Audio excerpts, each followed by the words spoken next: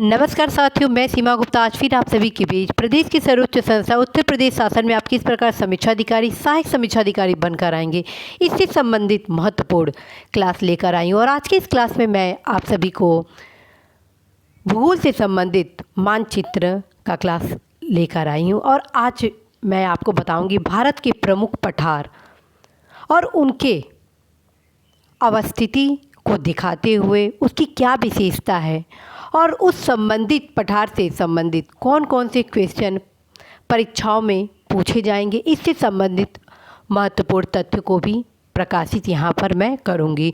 तो आइए जानते हैं भारत के प्रमुख पठार। जी हाँ साथियों, सबसे पहले जानते हैं भारत के प्रमुख पठार। तो आप देख रहे हैं भारत के प्रमुख पठार में शिलांग का पठार है। जी हाँ साथियों, आप देख रहे हैं कि भारत के प्रमुख पठार में यहाँ पर शिलांग का पठार है, छोटा नागपुर का पठार है, बुंदेलखंड का पठार है, मालवा का पठार है, बघेलखंड का पठार है, दक्कन का पठार है, दंडकारण्य पठार है, कर्नाटक का पठार है, तेलंगाना का पठार है। तो ये सब चीज़ आप गौर से देखेंगे कि कौन कौन से पठार भारत में मौजूद हैं और इससे संबंधित हर प्रकार के तथ्यों की जानकारी आपको होनी चाहिए। फिर से एक बार देखते हैं भारत के प्रमुख पठार। शिलांग का पठार, बुंदेलखंड का पठार, छोटा नागपुर का पठार, मालवा का पठार, बघेलखंड का पठार, दक्कन का पठार, दंडकारण्य का पठार, तेलंगाना का पठार, कर्नाटक का पठार। अब परीक्षाओं में किस प्रकार के क्वेश्चन पूछे जाएंगे, तो क्वेश्चन भी बन जाएंगे पूरब से लेकर पश्चिम तक, इनको आप क्रमबद्ध रूप से लगाएं। तो जब आप जानेंगे कि पूरब में शिलांग का पठार है तभी आप लगा पाएंगे। उसके बाद आप छोटा नागपुर का लगाएंगे, फिर आप बघेलखंड का पठार लगाएंगे, फिर बुंदेलखंड का लगाएंगे, तब आप मालवा का पठार का लगाएंगे। और यह तब संभव होगा जब इन्हें आप बार बार गौर से देखें। आप यहाँ पे देख रहे हैं सबसे पूरब में स्थित है शिलांग का पठार, फिर है छोटा नागपुर का पठार, फिर बुंदेलखंड का है और मालवा का पठार है। और आप इसे अपने दिमाग में अच्छे तरीके से ला देंगे तो इस प्रकार के क्वेश्चन आपके गलत नहीं होंगे। इसी प्रकार क्वेश्चन बन जाएगा उत्तर से लेकर दक्षिण में, इनको श्रेणीबद्ध करें तो 4 ऑप्शन दे देंगे। यदि आपको पता रहेगा कि बुंदेलखंड सबसे उत्तर में है तो आप इसको लगाएंगे। फिर आपको यहाँ दिख रहा है सीधे सीधे कि फिर दक्कन का पठार आ गया, फिर आपका आ गया तेलंगाना का पठार, फिर आ गया कर्नाटक का पठार। तो अपने आप जब आप लोकेशन को गौर से देखे रहेंगे तो निश्चित रूप से आप इस प्रकार के कोई भी क्वेश्चन हो आप अवश्य ही सही करेंगे। अब जानते हैं पठार से संबंधित विशेषताएं। तो सबसे पहले हम अध्ययन करते हैं शिलांग का पठार। जी हाँ साथियों, सबसे पहले हम अध्ययन करते हैं शिलांग का पठार। देखते हैं शिलांग के पठार की क्या क्या विशेषता है। तो हम देखते हैं शिलांग का पठार मूल रूप से प्रायद्वीपीय पठार का एक भाग है। जी हाँ साथियों, शिलांग का पठार भारत के पूर्वोत्तर क्षेत्र में स्थित है, लेकिन यह अंग है प्रायद्वीपीय पठार का। ये क्वेश्चन कई बार परीक्षाओं में पूछा गया है, अब फिर से पूछे जाने की संभावना है कि ऐसा कौन सा पठार है जो प्रायद्वीपीय पठार का भाग है। लोग सोचते हैं कि अरे ये तो मेघालय में स्थित है, इसका तो कोई मतलब ही नहीं है, ये तो होगा ही नहीं, और वही गलत हो जाता है। तो इस चीज़ को आप एकदम गौर करेंगे। शिलांग का पठार मूल रूप से प्रायद्वीपीय पठार का एक भाग है। यहाँ पर गारो खासी जयंतिया पहाड़ियाँ बना है, यहीं पर गारो खासी और जयंतिया पहाड़ी स्थित है और शिलांग नगर इसी पठार पर अवस्थित है। यहाँ पर चट्टानें छोटा नागपुर पठार की चट्टानों जैसी है। यहाँ अत्यधिक वर्षा होता है। ध्यान रखिए, प्रायद्वीपीय पठार का एक भाग है, इसकी चट्टानें छोटा नागपुर पठार की जैसे है और यहाँ पर अत्यधिक वर्षा होता है। विश्व का सबसे बारिश वाला स्थान यहीं पर है, मासिन राम। तो इस चीज़ को आप गौर करेंगे, पहले चेरापूंजी था लेकिन अब बदलकर मासिन राम हो चुका है। चेरापूंजी से कुछ ही दूर पर यह मासिन राम अवस्थित है। तो ये सब चीज़ को आप देखेंगे कि कहाँ पर क्या अवस्थिति है। तो ये आप रहा शिलांग का पठार। इससे क्वेश्चन ये बनेगा कि शिलांग के पठार से कौन सा राज्य प्रत्यक्ष रूप से जुड़ा है, तो आराम से आपका हो जाएगा मेघालय। तो ये चीज़ साथियों आप ज़रूर देखिए। अब मैं आपको बता चुकी हूँ कि जब भी मैं मैप का क्लास आप सभी से लूँगी तो आप अवश्य टीटी के मैप या ऑक्सफोर्ड का मैप आप अपने सामने ज़रूर रखेंगे और देखेंगे उसकी अवस्थिति अब आते हैं हम छोटा नागपुर पठार के संबंध में। जी हाँ साथियों, अब हम आते हैं छोटा नागपुर पठार के बारे में। छोटा नागपुर पठार को आप देखिए कि यह कहाँ स्थित है। प्रायद्वीपीय पठार के उत्तर पूर्वी भाग में ये विस्तृत है, जिसमें झारखंड के भाग, समीपवर्तीय छत्तीसगढ़ तथा पश्चिम बंगाल समाहित है। 3 राज्यों में विस्तार इसका है छोटा नागपुर पठार का। कौन कौन सा? झारखंड, छत्तीसगढ़ और पश्चिम बंगाल। इसकी मुख्य विशेषता है कि यह एक पाठ भूमि है। जी हाँ साथियों, इसकी मुख्य विशेषता है कि यह एक पाठ भूमि है। इसे भारत का रूर भी कहा जाता है। कई बार क्वेश्चन आया है, भारत का रूर किस पठार को कहा जाता है? तो उत्तर हो जाएगा छोटा नागपुर का पठार, क्योंकि खनिज संसाधनों की यहाँ पर बहुत ही प्रचुरता है। इसे भारत का रूर इसलिए कहा जाता है क्योंकि यहाँ पर खनिज संसाधनों की बहुत ही ज़्यादा प्रचुरता है। और इसकी सबसे ऊँची चोटी साथियों पारसनाथ है। ये कई बार क्वेश्चन आता है कि छोटा नागपुर पठार का सबसे ऊंची चोटी कौन सा है? तो पारसनाथ हो जाएगा।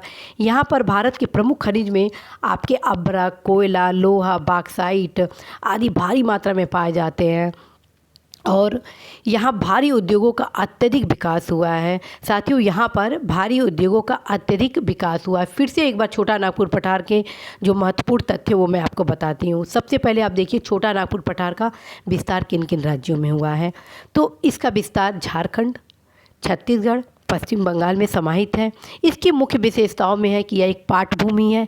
इसे भारत का रूर भी कहा जाता है क्योंकि यहाँ पर खनिज संसाधनों की प्रचुरता है। और इसकी सबसे ऊंची चोटी पारसनाथ है। यहाँ पर भारत के प्रमुख खनिज बॉक्साइट, अभ्रक, लोहा, कोयला आदि प्रचुर मात्रा में पाए जाते हैं और यह भारी उद्योगों का अत्यधिक विकास यहाँ पर हुआ है। तो आज आप ज़रूर ही टीटीके या ऑक्सफोर्ड मैप में इसको देखेंगे।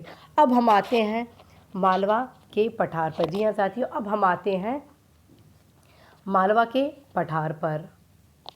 मालवा के पठार में आप देखेंगे कि यह नर्मदा भ्रंश घाटी के उत्तर में विस्तृत है। मालवा पठार का विस्तार नर्मदा भ्रंश घाटी के उत्तर में स्थित है। मालवा पठार केंद्रीय उच्च भूमि का एक भाग है तथा ग्रेनाइट और नीस का बना हुआ है। क्वेश्चन आ जाता है कि मालवा पठार किससे बना है? तो जब आप जानेंगे ग्रेनाइट और नीस का ये बना हुआ है तभी आप सही करेंगे। तो इस चीज़ को आप गौर करिए कि मालवा का पठार ग्रेनाइट और नीस का बना हुआ है। मालवा पठार विच्छेदित लावा पठार का एक उदाहरण है। जी हाँ साथियों, मालवा का पठार विच्छेदित लावा पठार का एक उदाहरण है जो काली मिट्टी से ढका हुआ है। कपास के उत्पादन हेतु काली मिट्टी बहुत ही महत्वपूर्ण है। क्वेश्चन आ जाता है काली मिट्टी का प्रमुख फसल, तो हो जाएगा कपास। या क्वेश्चन ये बन जाता है कि काली मिट्टी के लिए कौन सा फसल महत्वपूर्ण है, तो वो कपास हो जाएगा। कई बार ये परीक्षा में पूछे गए हैं और आगामी जो परीक्षा है उसमें भी पूछे जाने की संभावना है। और भी इसके जो तथ्य हैं वो मैं बताती हूँ कि पठार के उत्तरी भाग में को चंबल और उसके सहायक नदियों ने बीहड़ के रूप में परिवर्तित कर दिया है। मालवा के पठार के उत्तरी भाग को चंबल और उसकी सहायक नदियों ने बीहड़ के रूप में परिवर्तित कर दिया। ये क्वेश्चन काफ़ी बनता है। तो एक बार और मालवा पठार के बारे में जो महत्वपूर्ण तथ्य है वो मैं आपको बताती हूँ। यह नर्मदा भ्रंश घाटी के उत्तर में स्थित है। पठार के उत्तरी भाग को चंबल एवं उसकी सहायक नदियों ने बीहड़ के रूप में परिवर्तित कर दिया है। मालवा पठार केंद्रीय उच्च भूमि का एक भाग है तथा ग्रेनाइट और नीस का यह बना हुआ है। कपास के उत्पादन हेतु यह पठार महत्वपूर्ण है। मालवा पठार विच्छेदित लावा पठार का एक उदाहरण है जो काली मिट्टी से ढका हुआ है। तो साथियों, आपने जाना मालवा पठार के बारे में और मैं उन तमाम फैक्ट को भी बताई जो कि परीक्षा के दृष्टिकोण से महत्वपूर्ण है। अब हम आते हैं दक्कन का पठार। जी हाँ साथियों, अब हम आते हैं दक्कन का पठार। दक्कन के पठार में आप देखेंगे कि प्रायद्वीप में सतपुड़ा श्रृंखला के दक्षिणी भाग को दक्कन का पठार कहा जाता है। प्रायद्वीप में सतपुड़ा श्रृंखला के दक्षिणी भाग को दक्कन का पठार कहा जाता है। दक्कन के पठार का उत्तरी पश्चिमी भाग बेसाल्ट से निर्मित लावा का क्षेत्र है। इसके अपरदन से काली मिट्टी का निर्माण हुआ है। आप गौर करिए, मालवा के पठार में क्या है, हल्का सा काली मिट्टी से वो ढका है और यहाँ पर क्या है, इसके अपरदन से काली मिट्टी का निर्माण हुआ है। तो ये सब चीज़ें जो अंतर है आपको समझना होगा ताकि क्वेश्चन किसी भी प्रकार से आए तो वो क्वेश्चन आप गलत ना करें। इसका विस्तार आप देखेंगे कि महाराष्ट्र, गुजरात, कर्नाटक, आंध्र प्रदेश में विस्तृत है। आप अवश्य ही टीटी के ऑक्सफोर्ड से इसका मैप आप देखेंगे, दक्कन का पठार किन किन राज्यों में है। हालांकि मैं आपको यहाँ बता रही हूँ महाराष्ट्र, गुजरात, कर्नाटक, आंध्र प्रदेश, लेकिन इसके बावजूद आप स्वयं भी देखिए ताकि आपको अवस्थिति पता हो।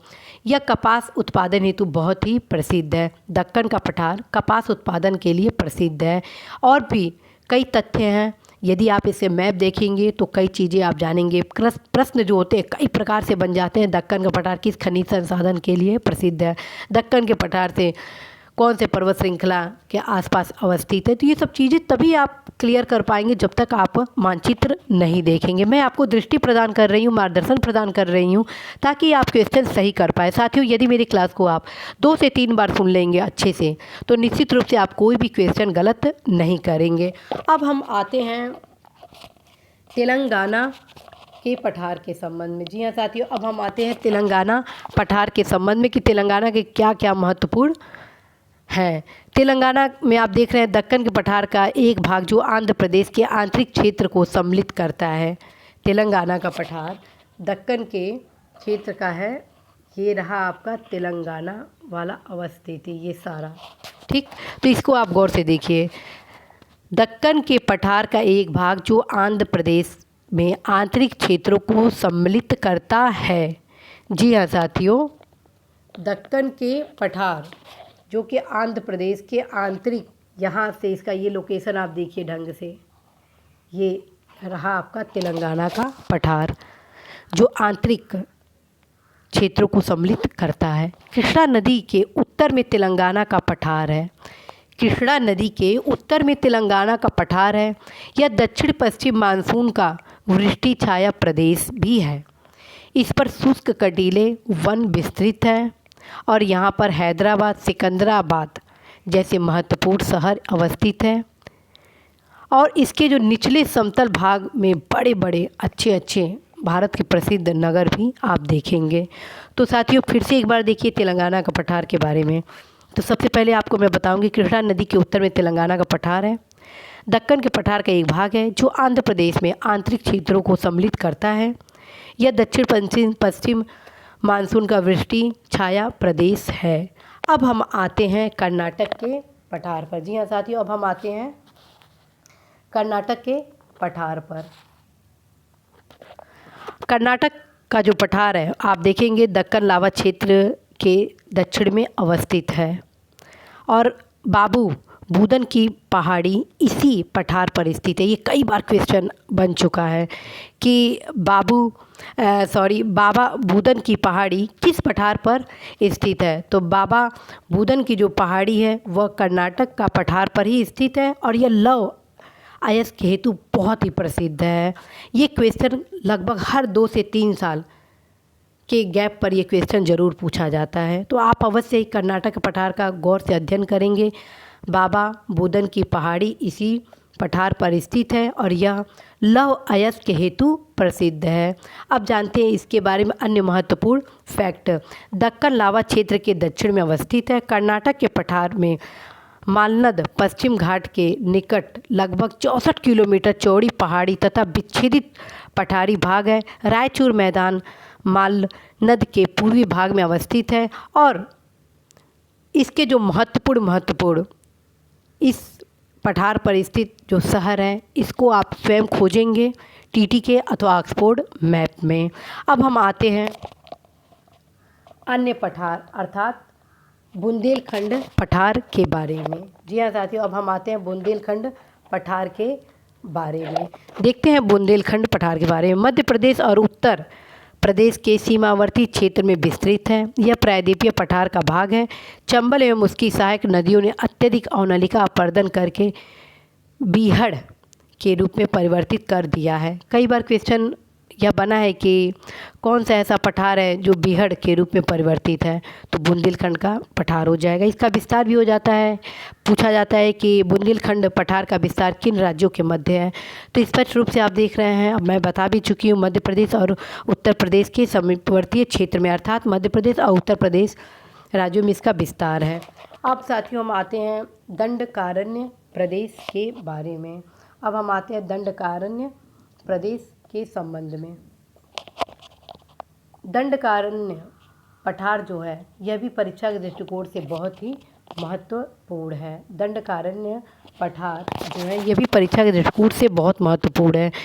और दंडकारण्य पठार छत्तीसगढ़ तथा उड़ीसा के भागों में फैले हुए इस पठार में आर्कियन युग की पुरानी आग्नेय एवं परिवर्तित चट्टानें हैं। जी हाँ साथियों, दंडकारण्य पठार छत्तीसगढ़ तथा उड़ीसा के भागों में फैले हुए इस पठार में आर्कियन युग की पुरानी आग्नेय एवं परिवर्तित चट्टानें हैं।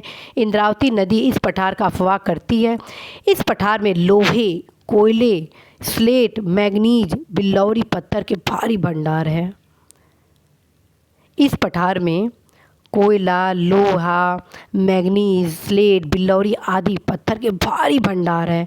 तो इस प्रकार आज आपने देखा इस क्लास में शिलांग पठार के बारे में जाने, छोटा नागपुर पठार के बारे में जाने, आपने जाना मालवा पठार के बारे में, दक्कन के पठार के बारे में, तेलंगाना पठार के बारे में, कर्नाटक का पठार के बारे में, बुंदेलखंड पठार के बारे में और दंडकारण्य पठार के बारे में। तो साथियों, आप अवश्य इस क्लास को 2 से 3 बार अध्ययन करेंगे, देखेंगे, साथ में आप मानचित्र के माध्यम से भी इस क्लास का 2 बार अध्ययन करेंगे।